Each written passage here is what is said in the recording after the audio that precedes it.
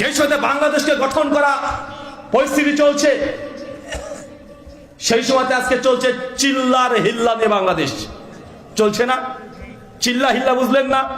গতকালকে মুসলমানকে মেরে রক্তাক্ত করে দিয়েছে, প্রায় 150 জন আহত হয়ে গেছে, 150 জনকে একদম ধুমধাম পিটিয়েছে। কে পিটাতে এসছে? ভারত থেকে এসেছে, আমেরিকা থেকে এসেছে, পাকিস্তান থেকে এসেছে, কে এসেছে? আরে মুসলমান দুই ভাই 4-5 জন হত্যা করে দিয়েছে।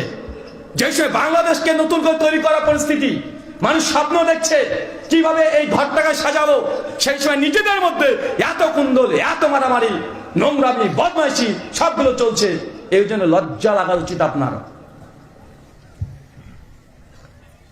ফিলিস্তিনের বাইতুল মুকাদ্দাস মসজিদ ইহুদিদের দখলে। কাদের দখলে? ইহুদিরা কব্জা করে রেখে দিয়েছে। ভারতের বাবরি মসজিদ হিন্দুদের, মুশরিকদের হাতে দখল করে ফেলেছে তারা। জ্ঞানবাপী মসজিদ 1 সপ্তাহ আগে অর্ধেক ভেঙে দিয়েছে। 100 মসজিদকে তারা চিহ্নিতকরণ করেছে যে এগুলো সবগুলোকে আগে মন্দির ছিল দাবি করে সেগুলো ভাঙার পরিকল্পনা চলছে। অথচ এই ভারত উপমহাদেশটাকে আজ থেকে 100 বছর পূর্বেও মুসলমানরাই রাজত্ব করেছে। গোটা বিশ্ব জগতে যারা ধর্মের জন্য মার খায়, কখনো ইহুদিদেরকে দেখবেন না যে ধর্মের কারণে মার খেয়েছে, কোনো খ্রিস্টানকে দেখবেন না ধর্মের কারণে মার খায়। কিন্তু একটা জাতি আছে যা ধর্মের কারণে মার খায়, নির্যাতিত, তাদের নাম কি? কথা বলেন। মুসলমান। অবাক লাগে, আরে মুসলমানরা, কাফেররা মুসলমানদের যত না রক্ত নিয়ে খেলা করেছে, তার চেয়ে মুসলমানরা মুসলমানদের রক্ত নিয়ে দ্বিগুণ খেলা করেছে। কাফেররা না যতক্ষণ মুসলিমদেরকে যতটা না নির্যাতন করেছে, মুসলমানকে তার চাইতে বেশি নির্যাতন করেছে। সব জায়গাতে রাখেন, আছে না নাই? কথা বলেন। আছে। চলেন, বেশি কারণ বলবো না, একটা কারণ বলবো। এই কারণটা যদি মাথাতে রাখতে পারেন, ইনশাল্লাহ আবার ইসলামিক বিপ্লব ঘটনা সম্ভব। আর এই কারণটা আমার বানানো কারণ নয়, ডিরেক্ট আল্লাহ কোরআনুল কারিমে মুসলিম জাতি যে নির্যাতিত, নিষ্পেষিত, আল্লাহ ডাইরেক্ট একটা কারণ বলেছে। সূরা নূর সূরা নম্বর 24 আয়াত নম্বর 63 শেষ অংশ আল্লাহ কোরআনে বলছেন, আল্লাযীনা ইউখালিফুনা আন আমরিহি আন তুসিবাহুম ফিতনা আন ইউসিবাহুম আযাবুন আলীম।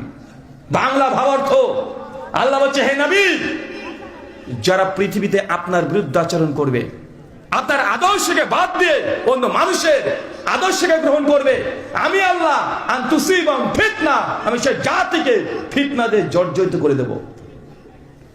কারণটা কি বুঝতে পারছেন আপনি? না, আপনার এই হৃদয় লাগেনি, এই হৃদয় আপনার লাগেনি, এখনো বুঝতে পারছেন না। গোটা বিশ্ব জগৎ মুসলিম জাতি, যে জাতিকে আল্লাহ বলছে কুনতুম খায়রা উম্মাহ, যে জাতি হচ্ছে সর্বশ্রেষ্ঠ জাতি, যাদের আদর্শ দেখে অন্য বেজাতিরা নকল করতে বাধ্য হয়েছিল আজ থেকে 200-300 বছর আগেও। একসময় ভারতবর্ষের মতো এই জগতে, এই বিশ্বে মানুষ তার স্ত্রী যদি জীবিত থাকতো, স্বামী যদি আগে মারা যেত, সেই সময়তে তারা বিশ্বাস করত যে ওই স্ত্রী মহিলাটাকে যদি স্বামীর চিতায় দাও করে আগুন জ্বালিয়ে দেওয়া হয়, তাহলে সেই নারী নাকি তার স্বামীর সঙ্গে স্বর্গে এখন দোল খেলবে। মুসলমানদের আদর্শকে দেখে বুঝতে পারছে যে না, এটা একটা কুসংস্কার। মুসলমানকে দেখে তারা বর্জন করে দিয়েছে। যারা বিধবা বিবাহকে হারাম মনে করত, মুসলমানদেরকে দেখে তারা বিধবা বিবাহ আইন তারা নতুন করে চালু করেছে। যারা মুসলমানকে দেখে হাজার হাজার জিনিসকে শিক্ষা নিয়েছে, এটা সে জাতি আল্লাহ মনে বলছে মুসলিম জাতি, তারা আল্লাহ নবীর আদর্শকে বাদ দিয়ে অন্য কারো যদি আদর্শ গ্রহণ করে, আল্লাহ বলছেন তুসিবাহুম ফিতনা, আমি তোমাদের জাতিকে ফিতনা দিয়ে জর্জরিত করে দেব। মুসলিমরা আজকে আদর্শকে গ্রহণ করেছে না? করেছে কি করে নাই? আপনার ছেলে চুল কাটাটা দেখেন, আপনি দেখেন, পাশে দেখেন, আপনার ছেলে কিভাবে চুল কেটেছে দেখেন, হ্যাঁ, দাড়িটাকে কিভাবে কাটে দেখেন। আপনি আপনার মেয়েটাকে এবারই গত বছর যে কুরবানি ঈদ গেল সেই সময়তে কেমন পোশাক কিনে দিয়েছেন দেখেন, হ্যাঁ।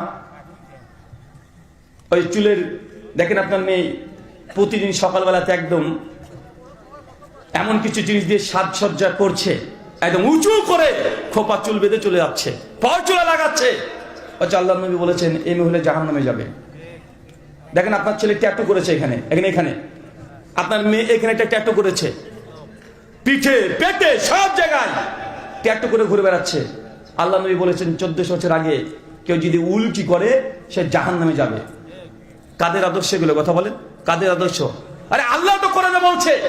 যদি এই কারণটা আমি বলতাম তাহলে বলতে পারেন যে হুজুর আপনার ভুল হচ্ছে বুঝতে, কারণ ডিরেক্ট আল্লাহ বলছেন যে আমি কখন আযাব নাযিল করি, কখন আমি মুসলিম জাতিকে ফিতনাবাদে নিপতিত করব, কোন সময়। এই সৃষ্টি কে করেছে? কথা বলেন, আমাদেরকে সৃষ্টি কে করেছে?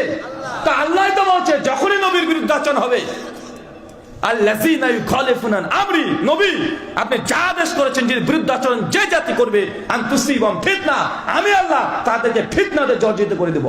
মুসলিম জাতির নির্যাতনের কারণ নবীর আদর্শকে লঙ্ঘন করে অন্যদের আদর্শকে গ্রহণ করেছেন আল্লাহ। এর আগেও অনেক জাতিকে নবীদের আদর্শকে গ্রহণ না করার কারণে আল্লাহ ধূলিসাৎ করে দিয়েছে।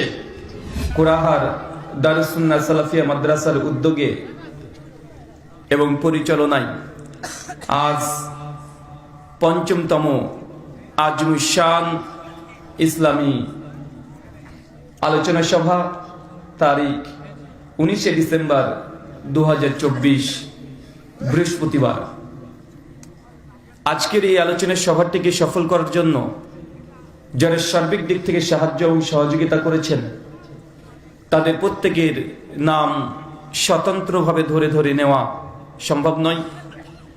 তারপরেও আজকের এই আলোচনা সভার সভাপতি, সহসভাপতি, অতিথি এবং বিশেষ অতিথি সহ দূর দূরান্ত থেকে যেসব দিনী ভাই এবং বোনেরা আলোচনা শ্রবণের উদ্দেশ্যে একত্রিত হয়েছেন এবং যারা অর্থ, শ্রম, মেধা, দোয়া এবং পরামর্শ দিয়ে সহযোগিতা করেছেন, আল্লাহ সুবহানাহু ওয়া তাআলা তুমি তাদের প্রত্যেকের নেক নিয়াত এবং নেক আমলগুলোকে কবুল করে নাও, সকলে পড়ি আমিন। মহান সত্তা আল্লাহ সুবহানাহু ওয়া তাআলার কাছে দোয়া, এই প্রার্থনা, আল্লাহ সুবহানাহু ওয়া তাআলা আমরা মানুষ, আমরা কম বেশি ছোট বড় ভুল ত্রুটি বিচ্যুতি গুনাহ পাপ অন্যায় করে থাকি। আজকের এই আলোচনা সভার ওসিলায় আমাদের পেছনের ছোট ছোট গুনাহগুলোকে তুমি ক্ষমা করে দাও, সকলে পড়ি আমিন। সম্মানিত সুধী, বাদ মাগরিব থেকেই বিভিন্ন আলোচক এবং অত্র মাদ্রাসার সোনামণিরা বিভিন্ন প্রদর্শনী আপনাদের সামনে পেশ করেছেন। আজকের এই আলোচনা সভার অন্তিম লগ্নে আপনাদের সামনে উপস্থিত হয়েছি একটি নির্দিষ্ট বিষয়ের উপরে কথা বলার জন্য। আজকে যে বিষয়ে সংক্ষিপ্ত পরিসরে আলোচনা করব, আলোচ্য বিষয় বর্তমান বাংলাদেশ এবং আমাদের করণীয়। কি বললাম বলেন তো? বর্তমান শব্দ এই জন্য লাগিয়েছি যে আগে বাংলাদেশ ছিল, এখনো আছে, তাই না ভাইজান? বর্তমান বা সমকালীন যে চলন্ত যে স্রোত চলছে এই মুহূর্ত অবস্থাতে, বাংলাদেশে যে জোয়ার চলছে, এই জোয়ারে অনেক কিছুই ভেসে গেছে। আবার এই জোয়ারকে ঠিকভাবে মোকাবেলা করতে না পারলে অনেক কিছুই ভেসে যেতে পারে। তাই কোরআন হাদিসের কথা একাধিকবার শুনেছেন। এমন কিছু বিষয়বস্তু নেই যে আলোচনার সভা থেকে সেই বিষয়গুলো সম্পর্কে আপনারা অবগত নন, এমন কোনো বিষয় ইসলামের গোপন বা লুকায়িত নেই। মোটামুটি সবকিছু আপনারা জানেন।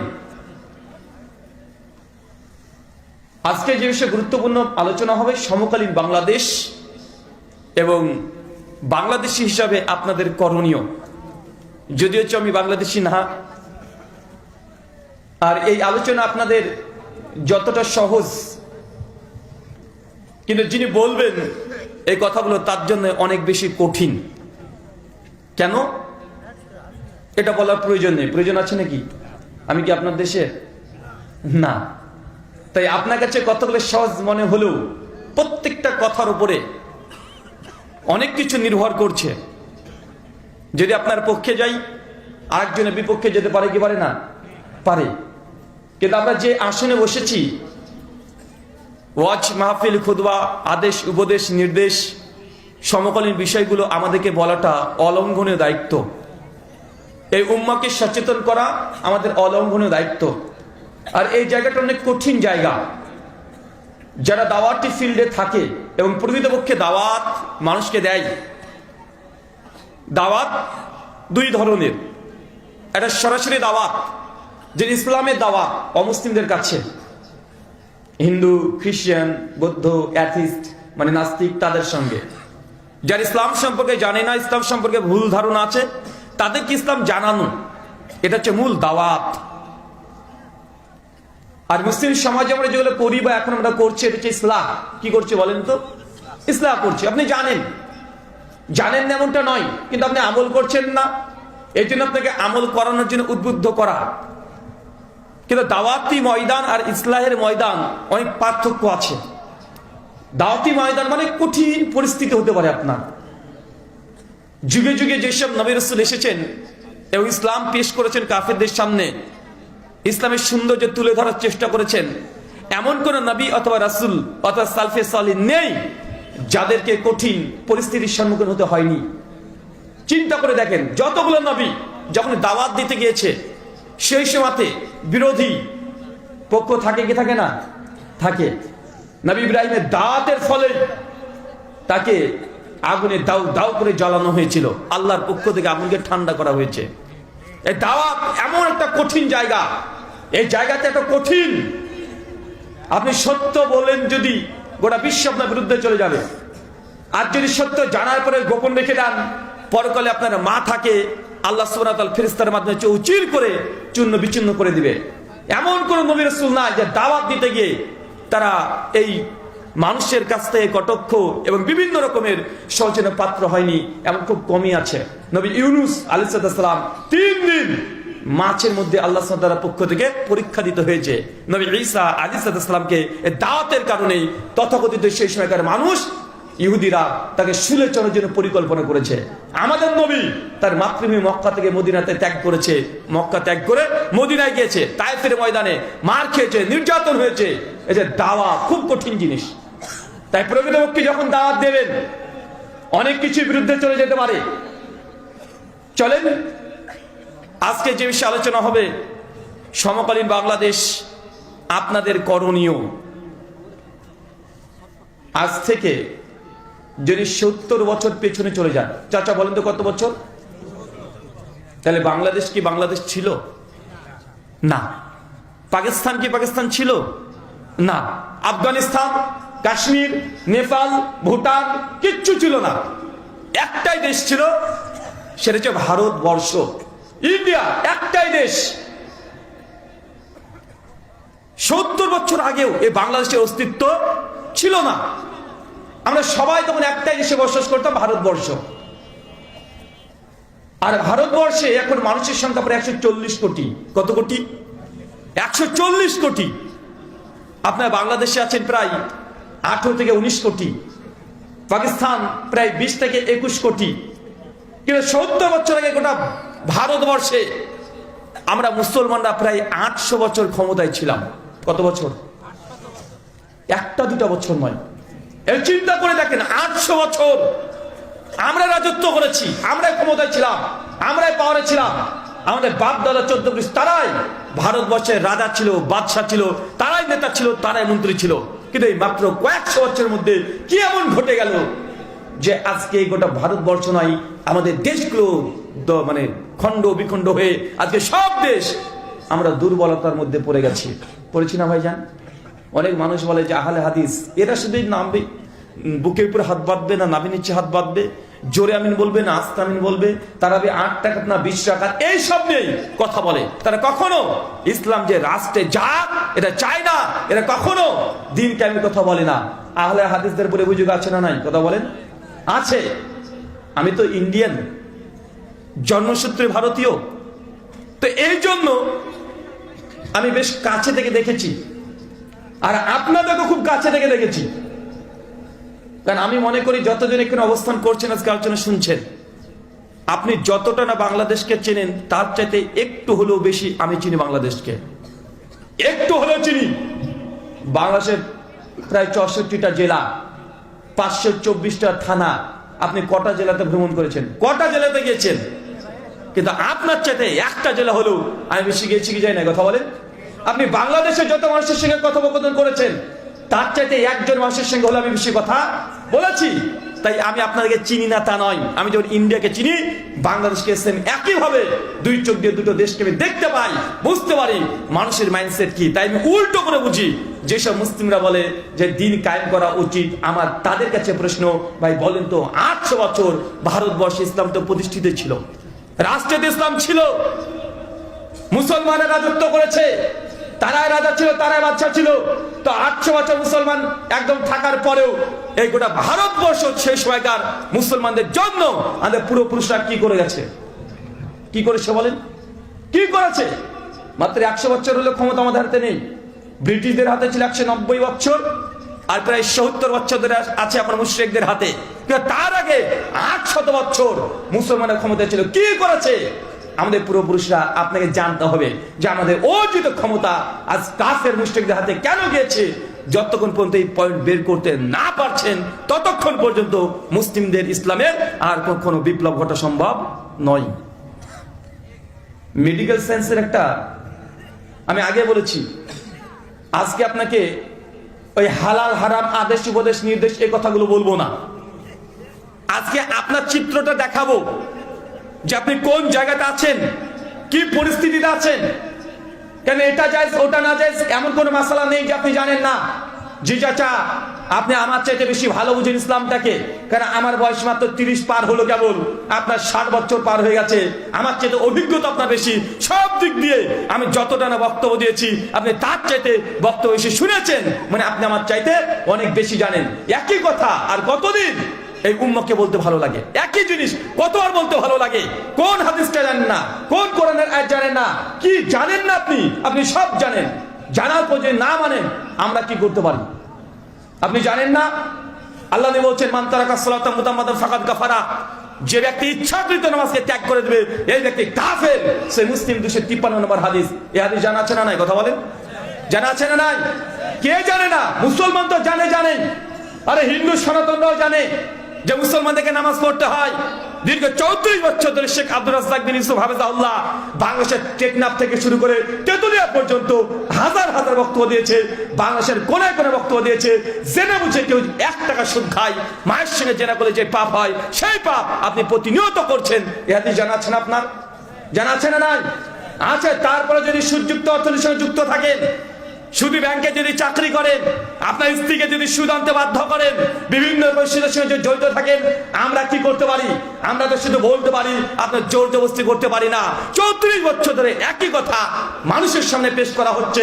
এখন আমি যে কথা বলবো, আমার পূর্বেও আলোচক সেই একই ধরনের কথা বলেছে। সুদ, ঘুষ, জেনা, ব্যভিচার, নেশার দ্রব্য, পর্দা, মেয়েরা জাহান্নামে যাবে, এই সব হাদিস আপনার সবকটাই জানেন না? জানার পর যদি না মানেন আমরা কি করতে পারি? আপনি শুনেছেন লা ইয়াদখুলুল জান্নাহ, ওই ব্যক্তি জান্নাতে যাবে না। আল কতে, যে সম্পর্ক ছিন্ন করেছে। তারপরেও আপনার বোন যদি আপনার বাড়িতে চলে আসে, ভাই আব্বা মারা গেছে, সম্পত্তির ভাগ দাও, আমি 4 কাঠা জমি পাবো। বড় ভাই যদি বলে খবরদার জিন্দেগি তোমার বাড়িতে আসবি না, সম্পত্তি ভাগ বলে যদি আসিস তোমার বোনই না, সম্পর্ক ত্যাগ করে দিচ্ছেন, ছিন্ন করছেন। এই হাদিস আপনার জানা নাই? জানা আছে না নাই? আপনার মেয়েকে সম্পত্তি ভাগ দিতে হবে, এ হাদিস জানা আছে না? আত্মসাৎ যদি 1 বিঘা জমি করেন, কিয়ামতের মাঠে 7 বিঘা জমি আপনার কাঁধে দেওয়া হবে। গোটা কিয়ামত আপনি নিয়ে ঘুরে বেড়াবেন। এ হাদিস আপনার জানা নাই? সবকিছু জানেন। আপনি জানেন যে আল্লাহ 3 শ্রেণীর মানুষের দিকে কখনো সুনজরে তাকাবে না। তাহলে 1 শ্রেণীর ওই ব্যক্তি, যে ব্যক্তির দায়ুস মানে নিজের পরিবারকে ইসলামী পরিবার গঠন করতে পারে নাই, যারা বেপর্দা চলাচল করে, তারা কখনো জান্নাতে যাবে না। এ হাদিস আপনি জানেন না?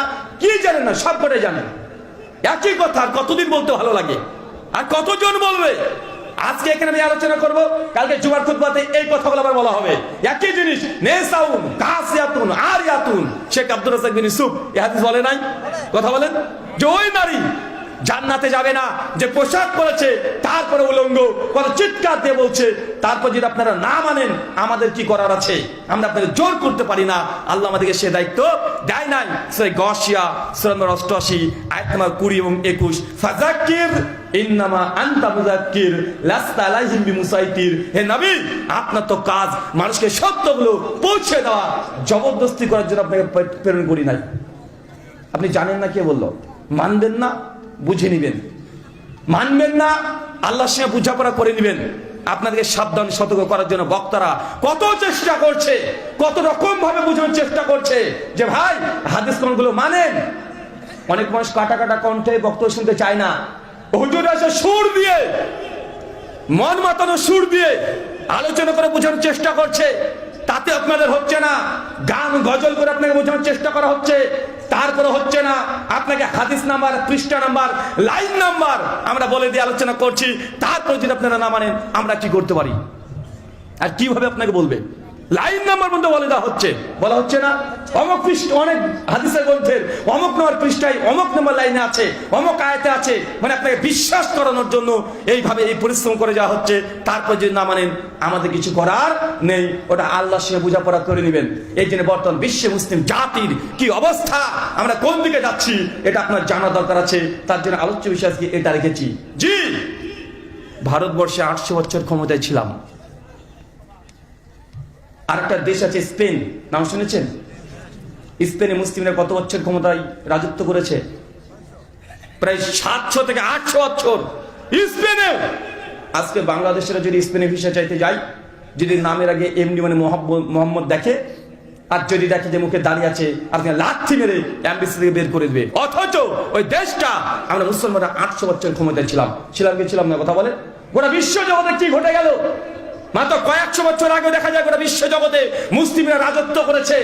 মাত্র কয়েকশো বছরের মধ্যেই আজ গোটা বিশ্বে মুসলিম জাতি নির্যাতিত, নিষ্পেষিত, লাঞ্ছিত, বঞ্চিত, পদদলিত গোটা বিশ্ব জগতে। চলছে কি চলছে না? আজকে আপনারা বাংলাদেশের এখানে কত সুন্দরভাবে আলোচনা শুনছেন, কোনো ভয় নেই, কোনো টেনশন নেই, কোনো চিন্তা নেই। কিন্তু আজকের দিনে এখনো ফিলিস্তিনে মুসলিমদের উপরে নির্যাতন চলছে দীর্ঘ 1 মাস, 1 বছর 3 মাস ধরে। এখন যদি সন্তানকে, রক্তমাখা সন্তানকে ছুটে বেড়াচ্ছে, খাবারের জন্য ছুটে বেড়াচ্ছে, ইলেকট্রিক নাই, পানি নেই, হসপিটাল বন্ধ, সবকিছু। গত 4 দিন আগে 500 খানা নতুন করে আবার রকেট বোম মেরেছে। চিন্তা করতে পারছেন? ওটা তো আমাদের মুসলিম ভাই না? আরে মুসলিম কারা? যদি ফিলিস্তিনে একজন মুসলিম যদি আঘাতপ্রাপ্ত হয়, আপনি খবর শুনলে আপনিও ব্যথা পাবেন। এরাই তো মুসলমান। কিন্তু আমাদের সেই দিকের কোন দৃষ্টি নেই। যে সাথে বাংলাদেশকে গঠন করা পরিস্থিতি চলছে, সেই সময়তে আজকে চলছে চিল্লার হিল্লা নিয়ে বাংলাদেশ চলছে না? চিল্লা হিল্লা বুঝলেন না? গতকালকে মুসলমানকে মেরে রক্তাক্ত করে দিয়েছে। প্রায় 150 জন আহত হয়ে গেছে। 150 জনকে একদম ধুমধাম পিটিয়েছে। কে পিটাতে এসছে? ভারত থেকে এসেছে, আমেরিকা থেকে এসেছে, পাকিস্তান থেকে এসেছে, কে এসেছে? আরে মুসলমান 2 ভাই 4-5 জনকে হত্যা করে দিয়েছে। যে সময় বাংলাদেশকে নতুন করে তৈরি করার পরিস্থিতি, মানুষ স্বপ্ন দেখছে কিভাবে এই ঘরটাকে সাজাবো, সেই সময় নিজেদের মধ্যে এত কুন্দল, এত মারামারি, নোংরামি, বদমাইশি সবগুলো চলছে। এই জন্য লজ্জা লাগা উচিত আপনার। ফিলিস্তিনের বাইতুল মুকাদ্দাস মসজিদ ইহুদিদের দখলে। কাদের দখলে? ইহুদিরা কব্জা করে রেখে দিয়েছে। ভারতের বাবরি মসজিদ হিন্দুদের, মুশরিকদের হাতে দখল করে ফেলেছে তারা। জ্ঞানবাপী মসজিদ 1 সপ্তাহ আগে অর্ধেক ভেঙে দিয়েছে। 100 মসজিদকে তারা চিহ্নিতকরণ করেছে যে এগুলো সবগুলোকে আগে মন্দির ছিল দাবি করে সেগুলো ভাঙার পরিকল্পনা চলছে। অথচ এই ভারত উপমহাদেশটাকে আজ থেকে 100 বছর পূর্বেও মুসলমানরাই রাজত্ব করেছে। গোটা বিশ্ব জগতে যারা ধর্মের জন্য মার খায়, কখনো ইহুদিদেরকে দেখবেন না যে ধর্মের কারণে মার খেয়েছে, কোনো খ্রিস্টানকে দেখবেন না ধর্মের কারণে মার খায়। কিন্তু একটা জাতি আছে যে ধর্মের কারণে মার খায়, নির্যাতিত, তাদের নাম কি? কথা বলেন। মুসলমান। অবাক লাগে। আরে মুসলমানরা, কাফেররা মুসলমানদের যত না রক্ত নিয়ে খেলা করেছে, তার চেয়ে মুসলমানরা মুসলমানদের রক্ত নিয়ে দ্বিগুণ খেলা করেছে। কাফেররা না যতক্ষণ মুসলিমদেরকে যতটা না নির্যাতন করেছে, মুসলমানকে তার চাইতে বেশি নির্যাতন করেছে। সব জায়গাতে রাখেন, আছে না? কথা বলেন। আছে। চলেন, বেশি কারণ বলবো না, একটা কারণ বলবো। এই কারণটা যদি মাথাতে রাখতে পারেন, ইনশাল্লাহ আবার ইসলামিক বিপ্লব ঘটনা সম্ভব। আর এই কারণটা আমার বানানো কারণ নয়, ডিরেক্ট আল্লাহ কোরআনুল কারিমে মুসলিম জাতি যে নির্যাতিত নিষ্পেষিত, আল্লাহ ডাইরেক্ট একটা কারণ বলেছে। সূরা নূর সূরা নম্বর 24 আয়াত নম্বর 63 শেষ অংশ আল্লাহ কোরআনে বলছেন, আল্লাযীনা ইউখালিফুনা আন আমরিহি আন তুসিবাহুম ফিতনা আন ইউসিবাহুম আযাবুন আলীম। বাংলা ভাবার্থ, আল্লাহ বলছে, হে নবী, যারা পৃথিবীতে আপনার বিরুদ্ধে আচরণ করবে, আপনার আদর্শকে বাদ দিয়ে অন্য মানুষের আদর্শকে গ্রহণ করবে, আমি আল্লাহ আন তুসিবাহুম ফিতনা, আমি সেই জাতিকে ফিতনা দিয়ে জর্জরিত করে দেব। কারণটা কি বুঝতে পারছেন আপনি? না, আপনার এই হৃদয় লাগেনি, এই হৃদয় আপনার লাগেনি, এখনো বুঝতে পারছেন না। গোটা বিশ্ব জগৎ মুসলিম জাতি, যে জাতিকে আল্লাহ বলছে কুনতুম খায়রা উম্মাহ, যে জাতি হচ্ছে সর্বশ্রেষ্ঠ জাতি, যাদের আদর্শ দেখে অন্য বেজাতিরা নকল করতে বাধ্য হয়েছিল আজ থেকে 200-300 বছর আগেও। একসময় ভারতবর্ষের মতো এই জগতে, এই বিশ্বে মানুষ তার স্ত্রী যদি জীবিত থাকতো, স্বামী যদি আগে মারা যেত, সেই সময়তে তারা বিশ্বাস করত যে ওই স্ত্রী মহিলাটাকে যদি স্বামীর চিতায় দাও দাও করে আগুন জ্বালিয়ে দেওয়া হয়, তাহলে সেই নারী নাকি তার স্বামীর সঙ্গে স্বর্গে এখন দোল খেলবে। মুসলমানদের আদর্শকে দেখে বুঝতে পারছে যে না, এটা একটা কুসংস্কার। মুসলমানকে দেখে তারা বর্জন করে দিয়েছে। যারা বিধবা বিবাহকে হারাম মনে করত, মুসলমানদেরকে দেখে তারা বিধবা বিবাহ আইন তার নতুন করে চালু করেছে। যারা মুসলমানকে দেখে হাজার হাজার জিনিসকে শিক্ষা নিয়েছে, এটা সে জাতি আল্লাহ কোরআনে বলছে মুসলিম জাতি, তারা আল্লাহ নবীর আদর্শকে বাদ দিয়ে অন্য কারো যদি আদর্শ গ্রহণ করে, আল্লাহ বলছেন তুসিবাহুম ফিতনা, আমি তোমাদের জাতিকে ফিতনা দিয়ে জর্জরিত করে দেব। মুসলিমরা আজকে আদর্শকে গ্রহণ করেছে না? করেছে কি করে নাই? আপনার ছেলে চুল কাটাটা দেখেন, আপনি দেখেন, পাশে দেখেন, আপনার ছেলে কিভাবে চুল কেটেছে দেখেন, হ্যাঁ, দাড়িটাকে কিভাবে কাটে দেখেন। আপনি আপনার মেয়েটাকে এবারই গত বছর যে কুরবানি ঈদ গেল সেই সময়তে কেমন পোশাক কিনে দিয়েছেন দেখেন, হ্যাঁ, ওই চুলের দেখেন আপনার মেয়ে প্রতিদিন সকালবেলাতে একদম এমন কিছু জিনিস দিয়ে সাজসজ্জা করছে, একদম উঁচু করে খোপা চুল বেঁধে চলে যাচ্ছে, পর চুলা লাগাচ্ছে। আল্লাহর নবী বলেছেন এই মহিলা জাহান্নামে যাবে। দেখেন আপনার ছেলে ট্যাটু করেছে এখানে, এখানে আপনার মেয়ে এখানে একটা ট্যাটু করেছে, পিঠে পেটে সব জায়গায় ট্যাটু করে ঘুরে বেড়াচ্ছে। আল্লাহ নবী বলেছেন 1400 বছর আগে কেউ যদি উল্টি করে সে জাহান্নামে যাবে। কাদের আদর্শ এগুলো? কথা বলেন, কাদের আদর্শ? আরে আল্লাহ তো কোরআনে বলছে। যদি এই কারণটা আমি বলতাম তাহলে বলতে পারেন যে হুজুর আপনার ভুল হচ্ছে বুঝতে।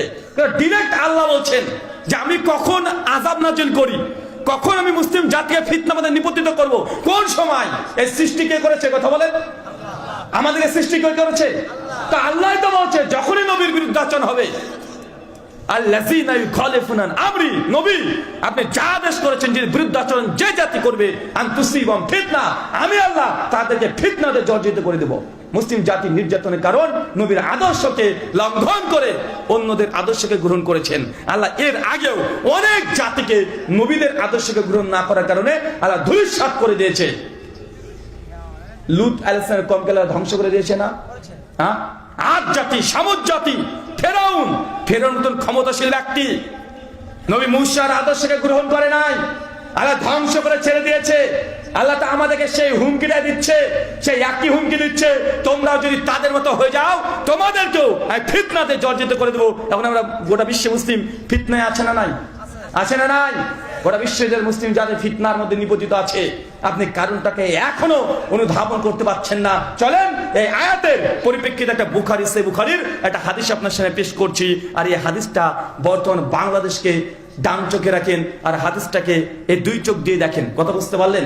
দুই চোখে দুটো হাদিস রাখেন। তো এই হাদিসটা আমি বলছি আবার সহিহ বুখারী কিতাব জিহাদ, হাদিস নাম্বার 3039, ওহুদের যুদ্ধ। কোন যুদ্ধ?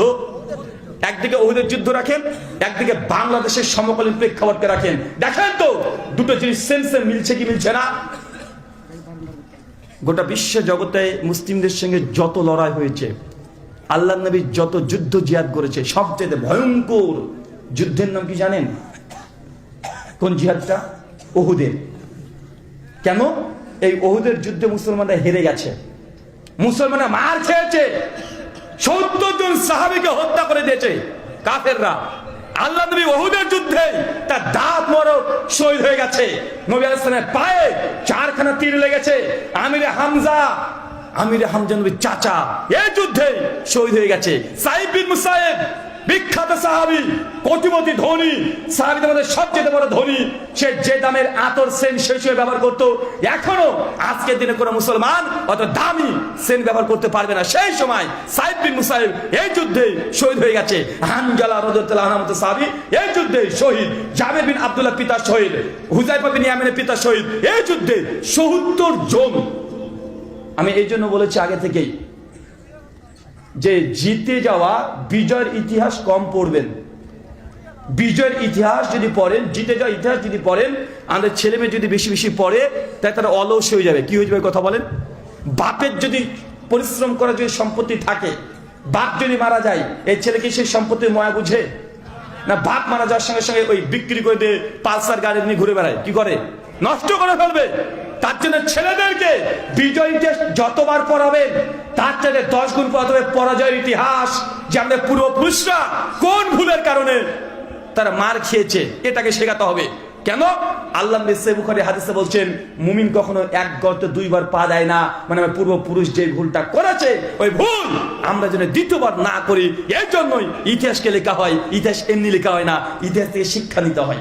চলেন উহুদের যুদ্ধটা আর বাংলাদেশের সমকালীন বাংলাদেশকে আপনি দেখেন একসঙ্গে, দেখবেন মিলে যাবে, বুঝতে পারবেন আপনি। উহুদের যুদ্ধের কয়েকদিন আগে আল্লাহ ঘুমিয়ে আছেন। চলেন 1400 বছর পিছনে, সে ধুধু প্রান্ত মরুভূমি, উট চলছে শুধুমাত্র, কোনো যানবাহন নেই। আপনি এটাকে মানে মাথাতে নিয়ে আসতেই পারেন না।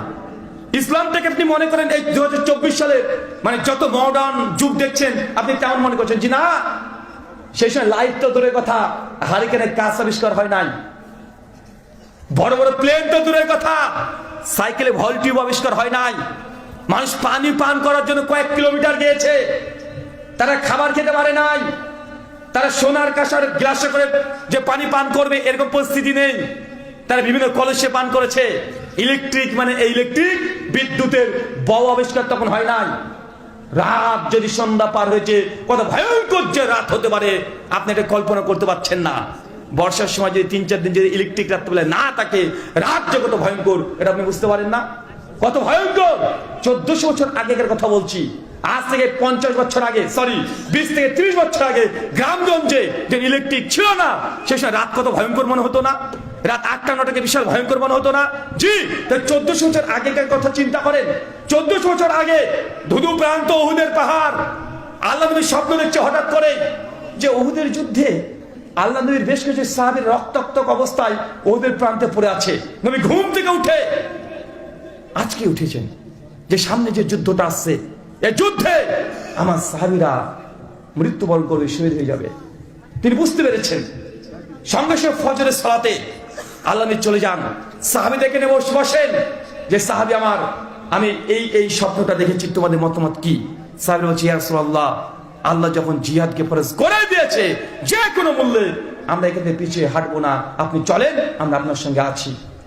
আল্লাহ নবী সাহাবীদের জজবা দেখে তিনি বুঝতে পারছেন, স্বপ্নে আগে দেখে নিয়েছেন যে সাহাবীরা মৃত্যুবরণ করবে, কাফেরদের হাতে নিহত হবে। আর নবীদের স্বপ্নটা ওহি কি ওহি না? চাচা, নবীদের স্বপ্ন সত্য না? নবী ইব্রাহিমকে আল্লাহ কি স্বপ্ন দেখিয়েছিল? যে ছেলেকে কুরবানি করো। এই যে স্বপ্নটা ওহি, কি বলেন তো? স্বপ্ন ওহি তো নবী আগে থেকে দেখে নিয়েছে। তিনি তার জন্য চেষ্টা করছেন যে তার সাহাবীদেরকে যেন নিহত করতে না পারে, রণকৌশল পরিবর্তন করলেন। সাহাবীদেরকে মিটিং করছেন যে কিভাবে এই উহুদের যুদ্ধে কাফিরদের সঙ্গে মোকাবেলা করে নিজেদের বিজয়কে ছিনিয়ে আনা যায়, তিনি চেষ্টা করছেন। কয়েকদিন পরে উহুদের প্রান্তে হাজার হাজার সাহাবীদেরকে নিয়ে উহুদের প্রান্তের মধ্যে প্রবেশ করেছেন। যারা মক্কাতে গিয়েছেন হজ উমরা করতে, উহুদ দেখে এসেছেন। আপনারা দেখে এসেছেন নাই? মদিনাতে দেখেছেন না উহুদ? দেখেছেন অনেকেই। তো সেই সময় উহুদের যে অবস্থান, যে একদিক দিয়ে ঢোকা যেত আর একদিক দিয়ে বের হওয়া যেত, মানে দুটো গেট। কয়টা গেট? দুটো গেট। মানে একবার ঢুকে পড়লে তৃতীয় কোনো গেট নেই যে আপনি পালিয়ে যাবেন। একদিক দিয়ে ঢুকলে আর একদিক দিয়ে বের হতে হবে। আল্লাহ নবী পরিস্থিতি দেখে বুঝতে পারছেন যে না, কঠিন সিচুয়েশন হতে পারে।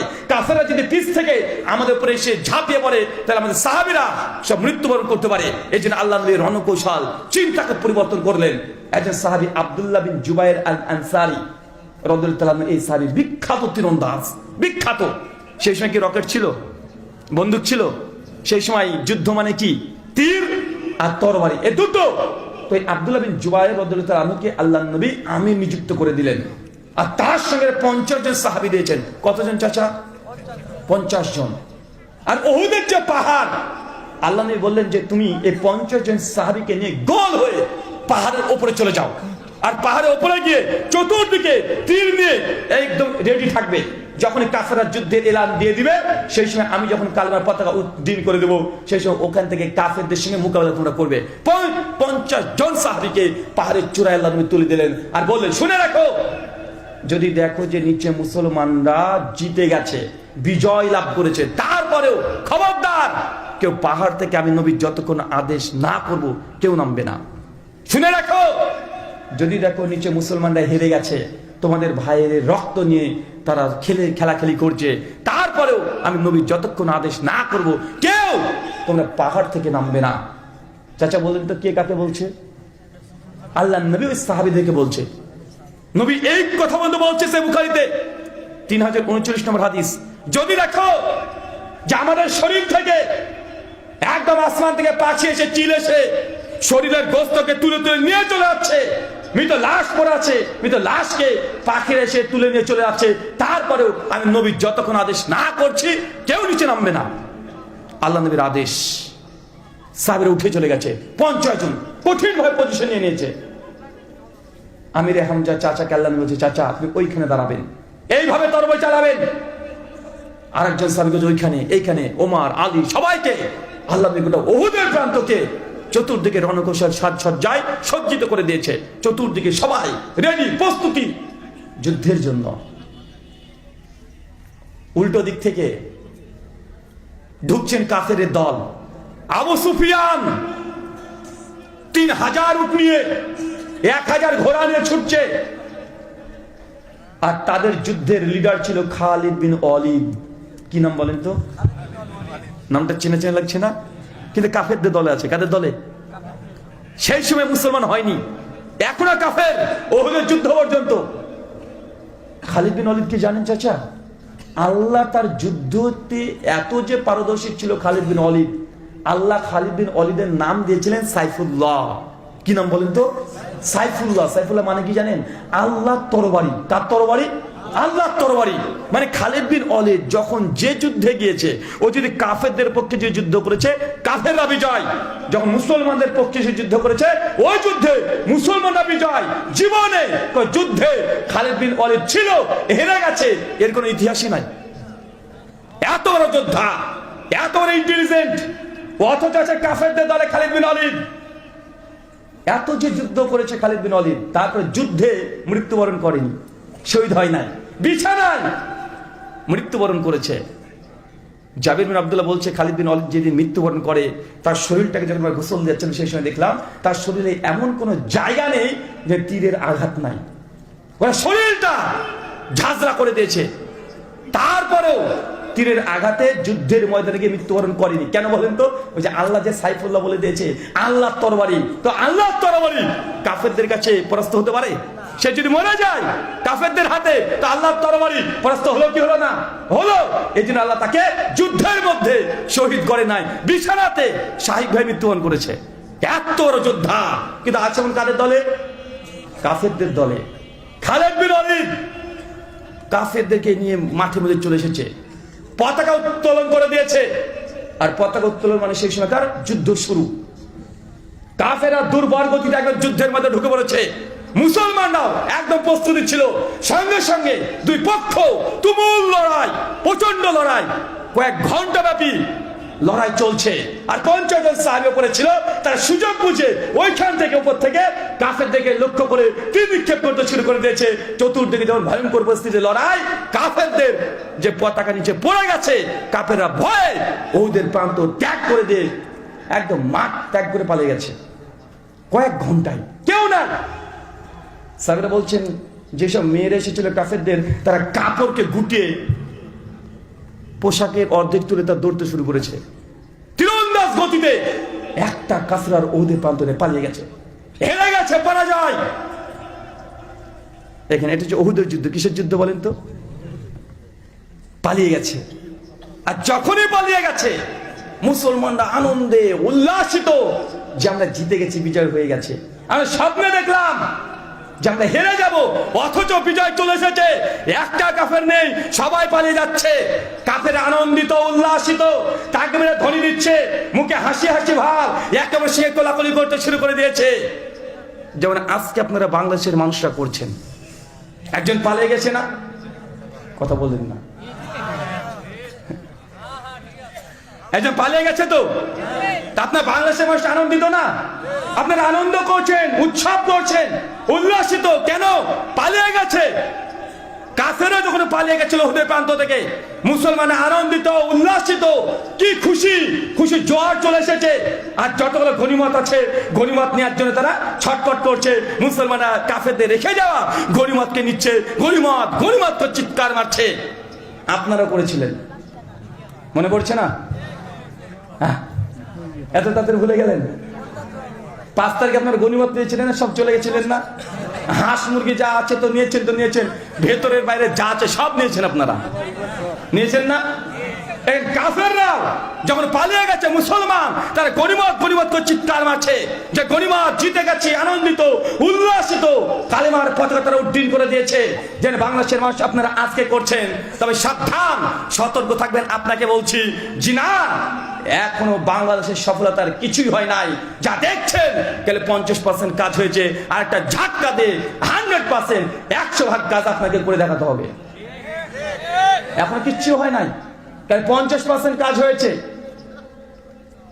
আর এই কাজ তরুণ যুবকদেরকে করতে হবে। যে সময় ঘটনাটা ঘটেছিল আমি ছিলাম না, আমি ছিলাম তখন মালয়েশিয়াতে। ডক্টর জাকির নাইকের সঙ্গে সাক্ষাৎ হয়েছিল 2 তারিখে আগস্টের, আর 3 তারিখে শেখ মিজানুর রহমান আজহারি, আপনার বাংলাদেশের বিখ্যাত আলোচক। তো সেই সময় গোটা বিশ্বের মিডিয়াগুলো সব বাংলাদেশের দিকে হাঁ করে তাকিয়ে আছে, কারণ বাংলাদেশের সময় এমন পরিস্থিতি, ভয়ঙ্কর পরিস্থিতি। ভুলে গেছেন নাকি আপনারা এখনই? যে গোটা বাংলাদেশের সমস্ত মিডিয়াগুলো একদম তাকিয়ে আছে যে কি ঘটে, কি ঘটে, কিছু একটা ঘটবে, কি ঘটবে, সব ভিতর ডুকবুক ধুকবুক করে, কিন্তু কি যে হবে কেউ বলতে পারে না। তো আমি সেই সময় মনে মনে ভাবছিলাম যে বাংলাদেশের মানুষকে তো আমি চিনি কম না, আর যারা আন্দোলন করছে তা তো সব যুবক তরুণ, স্কুল কলেজের পড়ুয়ারা। আরে এদেরকে রাস্তায় নামতে বাধ্য কে করলো? কারা পেছন থেকে ইন্ধন দিচ্ছে? কে তাদেরকে রাস্তায় নামতে বাধ্য করেছে? উস্কানি কে দিচ্ছে? আমি কারণ খুঁজে পাচ্ছি না। আমি এদেরকে চিনি, এই ছেলেদেরকে সব চেনা আছে। তারা বেশিরভাগ সময় রাজনীতি, অর্থনীতি, রাষ্ট্র কিছু বুঝে না। রাস্তায় নামলো কেন? কে বাধ্য করছে? কোন হুজুর আছে পেছনে? তাকে দেখি কোনো হুজুর নাই। আরে হুজুর তো নাই, তো নাই, হুজুরে সেসব লুকিয়ে ছিল না? কথা বলেন। বাংলাদেশে যারা বসে বসে ফিলিস্তিনের জিহাদ করা ফরজ বলে দেয়, কিছু কিছু আছে না কিবোর্ডে ফেসবুকে জিহাদ ফরজ করে, আছে না? নাই, কথা বলেন না। আর আহলাসকে বলে যে জিহাদের কথা বলে না, এরা ফিলিস্তিনের পক্ষে কথা বলে না। অর্থাৎ যারা এই ফিলিস্তিন করে পাগল ছিল বাংলাদেশের সংকটময় সময়ে, ওই হুজুরগুলো একজনও মাঠে ছিল? কেউ কথা বলেন? একজনও মাঠে নেই। মাঠে তো দূরের কথা, ফেসবুকে ছিল না। আবার এরা আবার আহলাসের বিরুদ্ধে চলে আসে, আহলাসকে জিহাদ শেখাতে আসে। আরে ব্রিটিশদেরকে 190 বছর ব্রিটিশরা শাসন করেছে, আহলে হাদিস তারা প্রথম জিহাদের ফতোয়া দিয়ে আহলে হাদিসের লড়াই করেছে। কারণ ওটা ভারতের ইতিহাস, আমরা জানি কে করেছে। আহলে হাদিসরা প্রথম বলেছে, ইনায়েত আলী, বেলায়েত আলী, এরাই যুদ্ধের প্রথম সারিতে ছিল। তোমাদের তখন অস্তিত্বই ছিল না, যারা আজকে বেশি বাড়াবাড়ি করছে, অস্তিত্বই ছিল না সেই সময় তাদের। তা আমি তখন ভাবছি যে হুজুর তো পেছনে নাই, কোন রাজনৈতিক দলকে উস্কানি দিচ্ছে তাও নাই। তো এই যুবক ছেলেরা, তরুণরা, স্কুল কলেজ পড়া, এরা রাষ্ট্র বুঝে না, দেশ বুঝে না, কোনো কিছু বুঝে না। এরা শুধু 2-1টা জিনিস বোঝে। এক, কিভাবে মেয়ে ছেলেকে পটাতে হবে, গার্লফ্রেন্ডকে কেউ পটাতে হবে, কিভাবে পাবজি গেমের জন্য বাপের পকেট থেকে 700 টাকা মানে মেরে দিয়ে নেট ব্যালেন্স মারতে হবে। এরা পাবজি নিয়ে ব্যস্ত থাকে, এরা ফ্রি ফায়ার গেম নিয়ে ব্যস্ত থাকে, মেয়ের পিছনে ব্যস্ত থাকে। এরা হঠাৎ করে রাস্তায় কেন নামলো? আমি কারণ খুঁজে পাই না।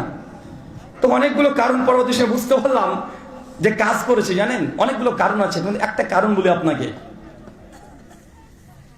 উনার একটা ভুল ছিল, আমি সব কথা পরিষ্কার করে বলতে পারবো না, আমি আভাস দিয়ে বলবো, কারণ আমি বিদেশি, কারণ আমাকেও যেতে হবে, তাই না? তাই সমাজদারকে নিয়ে ইশারায় কাফি। মুমিনরা চোখ ঘোরালে বুঝে নাই যে কি বলতে যাচ্ছে, ইশারাতে বুঝতে হবে আপনাকে। তো সেই সময়তে যখন ভাবছি, আপনাদের উনি একজন ভুল করেছিলেন, বড় একটা ভুল, মিস্টেক করে ফেলেছিলেন। কি জানেন? ওই যে 7 থেকে 10 দিন ইন্টারনেটকে বন্ধ রেখেছিল। এটাই হচ্ছে সবচেয়ে বড় কাজ করেছে। 7 থেকে 10 দিন নেট বন্ধ, মানুষের সঙ্গে যোগাযোগ নেই। যুবকরা, তরুণরা 10টা দিন গার্লফ্রেন্ডের সঙ্গে ভিডিও কলে কথা বলতে পারেনি। রাগ সহ্য হয়নি তাদের। 10টা দিন মানে পুরো একটা ব্রেকআপের মতো, মনে আদিম যুগে চলে গেছে ওরা। আরে যারা মাত্র 1টা ঘন্টা নেট ছাড়া চলতে পারে না, 10 দিন নেটবিহীন এরা চলতে পারবে? কথা বলেন, মানে মাথাতে কাজ করেনি, মানে পাগল হয়ে গেছে। এই স্বাভাবিক, বর্তমান টেকনোলজির যুগে কেউ নেট বন্ধ করে? এই পাগলামি কেউ করে? মানে এই নেট বন্ধ করার জন্য সমস্ত পর্যায়ের মানুষের কাছে মানে খবরটা চলে গেছে যে দেশে কিছু একটা হচ্ছে, কিন্তু মানুষ আগে জানতো না। নেট বন্ধ হওয়ার পরে বুঝতে পারছে দেশে কিছু একটা হচ্ছে। ঠিক বললাম না? আর এই নেট বন্ধ করাটাই এখন 3 বছরের ছেলে থেকে শুরু করে 103 বছর সবাই রাগে গর্জিয়ে একদম রেডি, যা একটা হয় হবে। 3 বছরের ছেলে, ও ভাত খায় না কেন? ও কার্টুন দেখতে আর ভাত খায় যে। ছেলের মাও রেগে যায়, ভাত খা, ও ভাত খায় না, কার্টুন দাও, কার্টুন দাও, কার্টুন চলে না, নেট নাই।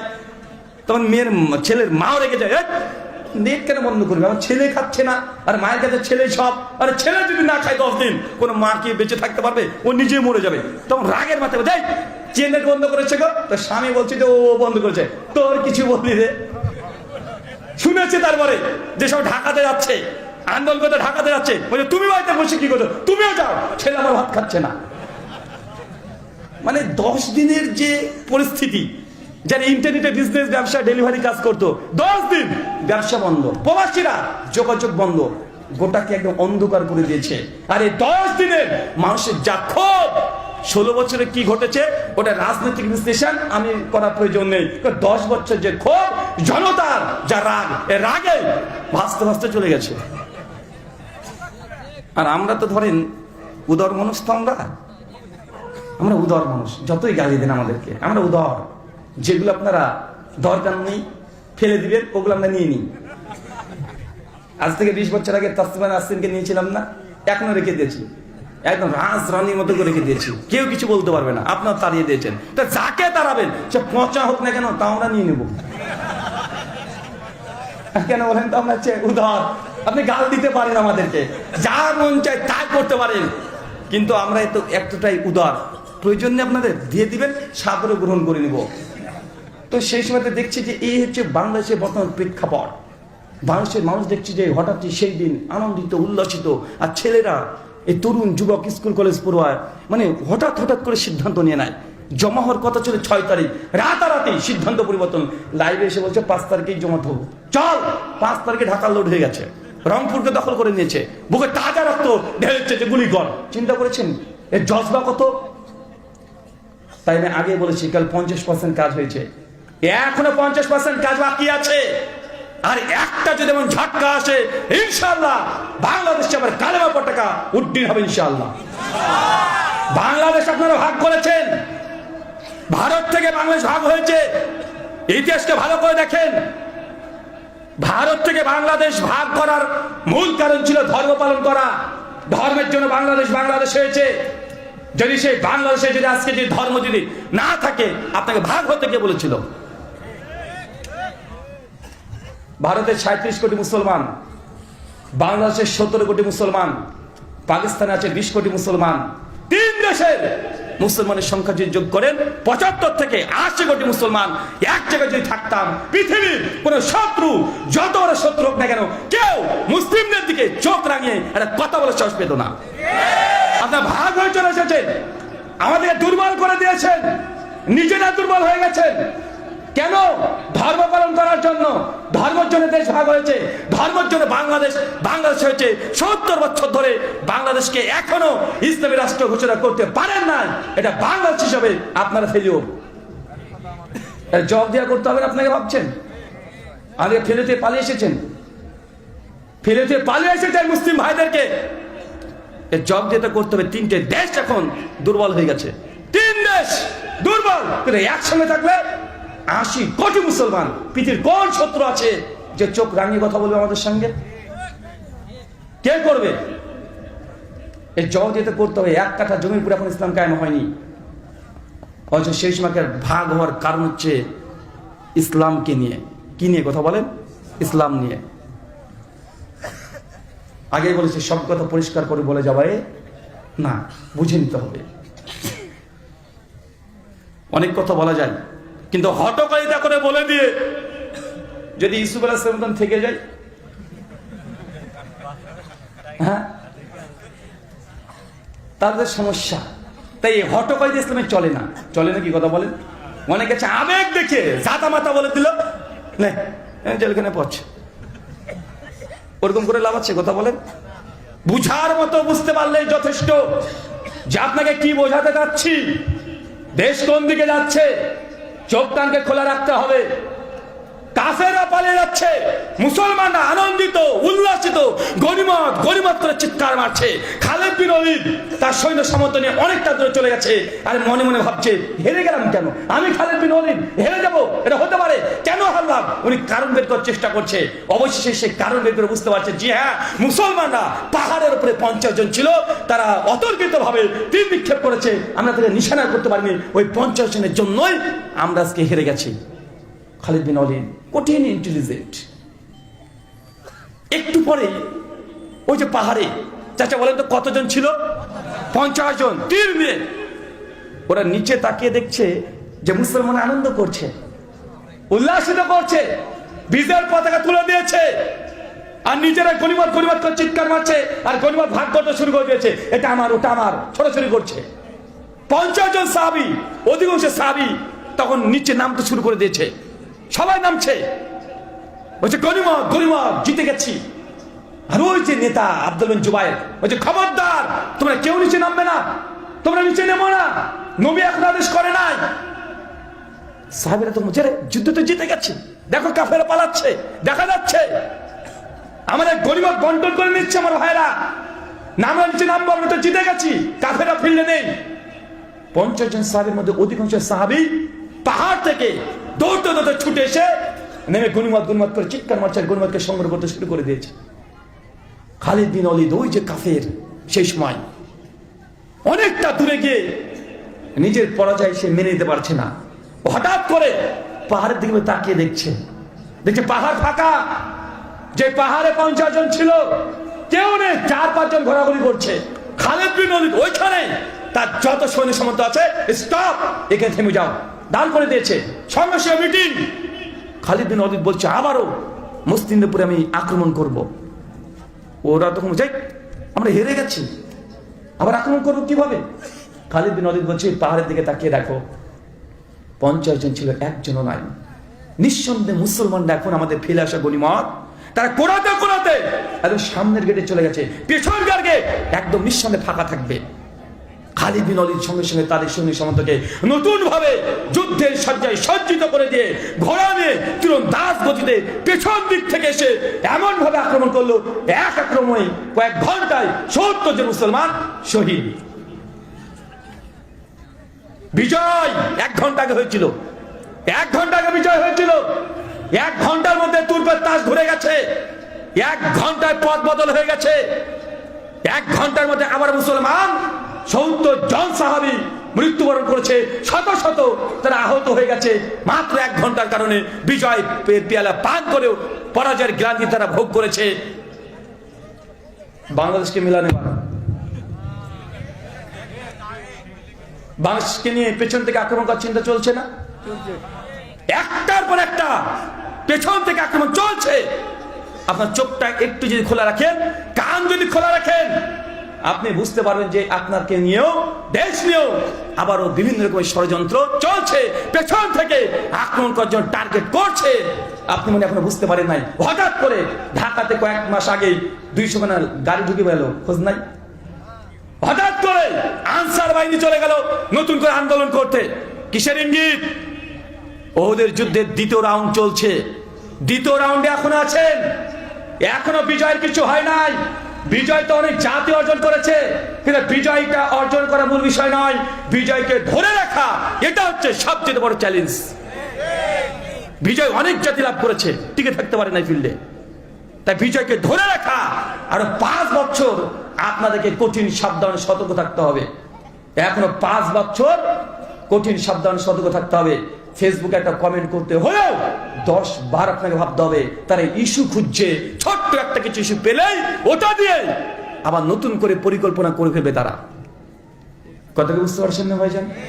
দেখেন না, গতকালকে তো মনে হয় যশোরে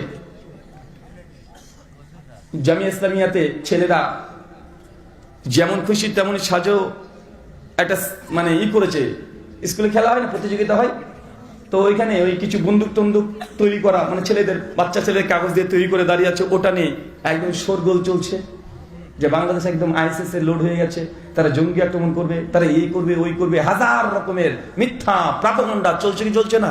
চলছে। মানে কোনো একটা কুলু খুঁজছে, যদি পেয়ে যায় তাদের কাজটা সহজ হয়ে যাবে। তাই আপনাদেরকে আরো সাবধান সতর্ক থাকতে হবে। পেছন দিক থেকে আক্রমণ দেখলেন না, চিটাগাঙ্গে ভিকটিম কার্ড খেলছে না? ভিকটিম কার্ড বুঝেন নাই? কয়দিন আগে তো হলো রে ভাই, ভিকটিম কার্ড, সংখ্যালঘু ভিকটিম কার্ড খেলা হচ্ছে না, চলছে। পেছন থেকে আক্রমণ, কি কথা বলেন? পেছন থেকে আক্রমণের পরিকল্পনা চলছে, সাবধান। ওহুদের যুদ্ধে দ্বিতীয় যে রাউন্ড, এত চেষ্টা করা হয়েছে, মুসলমানরা হেরে গেছে। কারণ বের করতে হবে। ওহুদের যুদ্ধের এই মুসলিম সাহাবীদের যদি মৃত্যু কিভাবে ঘটেছে বলি, আপনি অবাক হয়ে যাবেন। আল্লাহ নবী দাঁত মরদ এই যুদ্ধে শহীদ হয়ে গেছে, পায়ে 4 খানা তীর লেগেছে। আমিরে হামজা ওই যুদ্ধে মৃত্যুবরণ করছে। আমিরে হামজা মানে আল্লাহর সিংহ পুরুষ, যার সামনে কেউ কথা বলতো না, তাকে এই যুদ্ধে একদম শহীদ করে দিয়েছে। ইসলামের ভিত দুর্বল করেছে এই যুদ্ধেই। একজন সাহাবীর নাম হচ্ছে হানজালা, সে মুসলিম 8003 নম্বর হাদিস। হানজালা সদ্য বিবাহ করেছে, বিয়ে করে স্ত্রীর সঙ্গে আছে, বাসর চলছে, বাড়ি পেছন থেকে ডাক দিচ্ছে যে হানজালা ওহুদে যেতে হবে, নবীর আদেশ। হানজালা ওই অবস্থায় স্ত্রীকে ত্যাগ করে দিয়ে, ছেড়ে দিয়ে, উষ্ণ মুহূর্ত ত্যাগ করে দিয়ে ওহুদের প্রান্ত চলে এসেছে। ওহুদের যুদ্ধ চলছে, হানজালা একাই 4-5 জন কাফেরের সঙ্গে মোকাবেলা করছে। পেছন থেকে সে হানজালাকে একদম পুরোটা হত্যা করে দিয়েছে, শহীদ হয়ে গেছে হানজালা। এত বড় সাহাবী। এই যুদ্ধে সাইদ বিন মুসাইব, আল্লাহ নবী তাকে বলেছিল কালেমার পতাকা তোমার হাতে থাকবে, কারণ সাইদ বিন মুসাইবের চেহারাটা অনেকটা আল্লাহ নবীর সঙ্গে মিল ছিল। সাইদ বিন মুসাইবকে এই যুদ্ধে আল্লাহ নেতা করে দেন, কালেমার পতাকা নিয়ে ছুটছে কাফেরদের মধ্যে, একসঙ্গে 4-5 জন কাফের সঙ্গে লড়াই করছে। অবশ্যই যে হাতে কালেমার পতাকা ছিল, ওই হাতকে কাফেররা তরবারি দিয়ে আঘাত করে হাত থেকে পুরো কেটে নিয়েছে। এই যুদ্ধে একজন সাহাবী আবু তালহা ইবনে উবাইদুল্লাহ, নামটা মনে রাখবেন, আবু তালহা ইবনে উবাইদুল্লাহ। এই সাহাবী ছিল বলে আল্লাহ এই সাহাবীর ওসিলায় আল্লাহ নবীকে বাঁচিয়ে দিয়েছেন। আবু বকর রাদিয়াল্লাহু আনহু বলছেন যে উহুদের যুদ্ধ, উহুদ একাই আবু তালহার, মানে আবু তালহার ইবনে উবাইদুল্লাহ সাহাবী উহুদের যুদ্ধের প্রথম থেকে শেষ পর্যন্ত পুরোটা আল্লাহ নবীর সামনে দাঁড়িয়ে। কাফেররা মূল টার্গেট ছিল উহুদের যুদ্ধে নবীকে সরিয়ে দিবে, নবীকে হত্যা করবে, এটা টার্গেট। দলবদ্ধ হয়ে আসে 150-60 জন করে। দ্বিতীয় রাউন্ড যখন হয়েছে 50-60 জন একসঙ্গে নবীর সামনে এসে ঝাঁপিয়ে পড়ে। সঙ্গে সঙ্গে দৌড়তে দৌড়তে 9 জন সাহাবী আল্লাহকে গোল করে ঘিরে ফেলেছে। তাই একসঙ্গে 50 জন চলে এসেছে। 9 জন সাহাবী নবীকে গোল করে ঘিরে আল্লাহ মিডিলে আছে। সাহাবী জি রাসূলুল্লাহ, আপনি মাথা নিচু করেন, মাথা তুলেন না। কাফেররা আপনাদেরকে লক্ষ্য করে তীর নিক্ষেপ করছে, টার্গেট আপনাকে করছে। আল্লাহ তখন বলছে যে তোমরা তোমাদের মতো চেষ্টা চালিয়ে যাও, একসঙ্গে 7 জন সাহাবী ছুটে গিয়ে কাফেরদের দলে গিয়ে কয়েকজনকে হত্যা করে দিয়েছে, তারপরে 7 জনকে কাফেররা হত্যা করে ওখানে শহীদ করে দিয়েছে।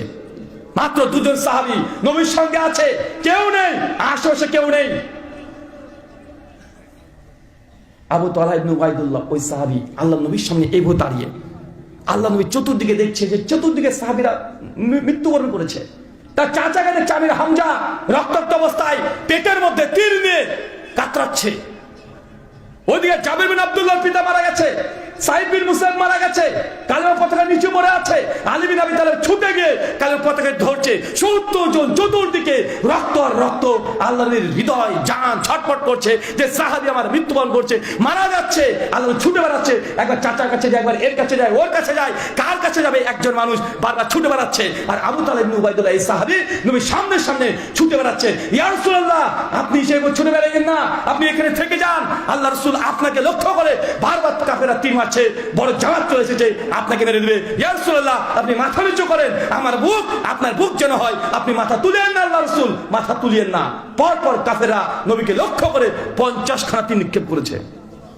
39 খান তীর আবু তালহা ইবনে উবাইদুল্লাহ বুক পেতে নিয়ে নিয়েছে। 39 খান তীর গোটা শরীরে, চতুর্দিকে হাত পা গলা বুক চতুর্দিকে 39 খানা তীর এই সাহাবীর বুকের মধ্যে নিয়ে নিয়েছে। নবী আল্লাহ রাসূল, আপনি মাথা নিচু করেন, আপনার বুক যেন আমার বুক হয়, মাথা তুলবেন না। তারপর আল্লাহ নবীর একটা দাঁত মরক এই যুদ্ধে শহীদ হয়ে গেছে। মর্মান্তিক। আল্লাহ নবী যখন বুঝতে পারছেন যে না, এই যুদ্ধে আর মোট ঘন সম্ভব নয়, আর সম্ভব নয়, আল্লাহ নবী এলান করে, চলো ওদের প্রান্ত ছেড়ে দাও, ওদের প্রান্ত ছেড়ে দাও। আমরা ওহুদ থেকে বেরিয়ে যাচ্ছি, কাফেররা জিতে গেছে। আল্লাহ নবীর সঙ্গে সেই সমস্ত সাহাবীদেরকে নিয়ে ওই ওহুদের প্রান্ত ত্যাগ করছে, হাঁটা শুরু করছে, সামনে দিয়ে চলে যাচ্ছে। আর যারা সেই সময়তে শহীদ হয়েছে তারা তখন শনাক্ত করছে কার ভাইয়ের লাশ, কার মামার লাশ, কার চাচার লাশ, আত্মীয় স্বজন তারা শনাক্ত করে টেনে টেনে নিয়ে আসতে যাচ্ছে। সবাইকে পেয়েছে, একজনকে পায় নাই, হানজালা। সবার লাশ পাওয়া গেছে। আল্লাহ নবী দেখছে হানজালার লাশ নাই। সব হচ্ছে হানজালা কোথায়? আরে হানজালাকে তো দেখলাম, সে যুদ্ধ করছে, 4-5 জনের সঙ্গে যুদ্ধ একাই করেছে, হানজালা কোথায়?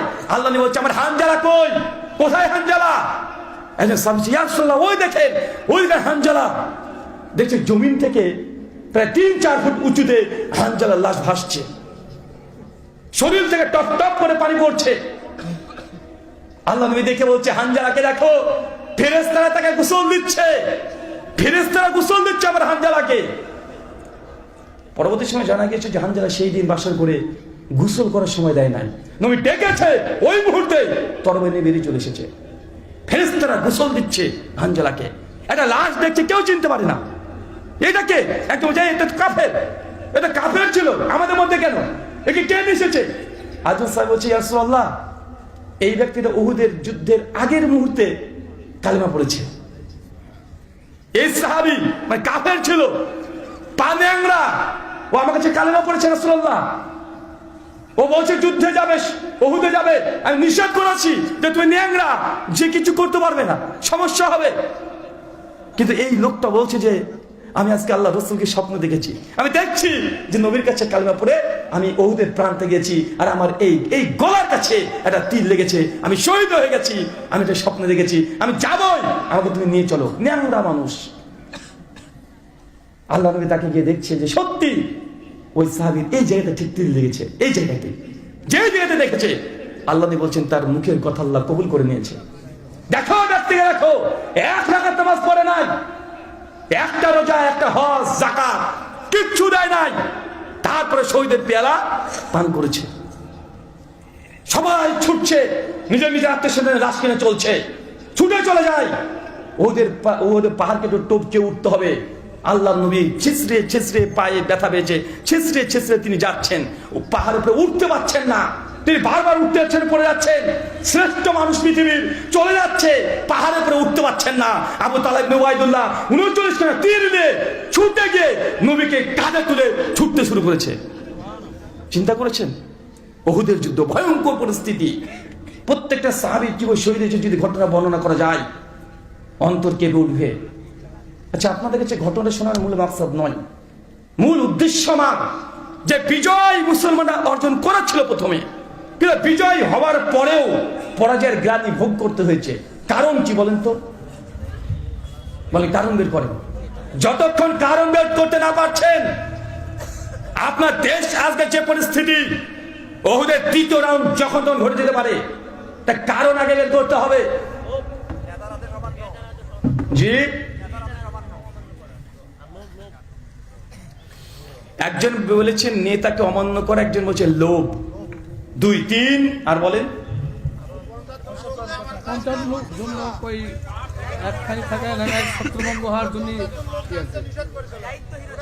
মতভেদ। 3 আর নেতা নির্বাচন, দায়িত্বহীনতা। কারণ বের করতে হবে। লাকাদ কানা লাকুম ফি রাসূলিল্লাহি উসওয়াতুন হাসানাহ, নিঃসন্দেহে মুমিনদের জন্য নবীর জীবনীতে উত্তম আদর্শ আছে। যে কোনো প্রশ্নের উত্তর নবীর জীবনীতে পেয়ে যাবেন। এখন আপনাদের কি করা উচিত? এই ওহুদের যুদ্ধ দেখলে সব অ্যান্সার পেয়ে যাবেন, সবগুলো পাবেন।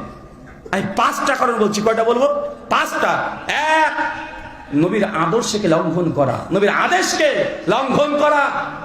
2, আল্লাহর নবী যাকে নেতা বানিয়ে দিয়েছিলেন, সেই নেতার আদেশকেও লঙ্ঘন করা। 3, মুসলমানদের মধ্যে আপোষেই মতভেদ।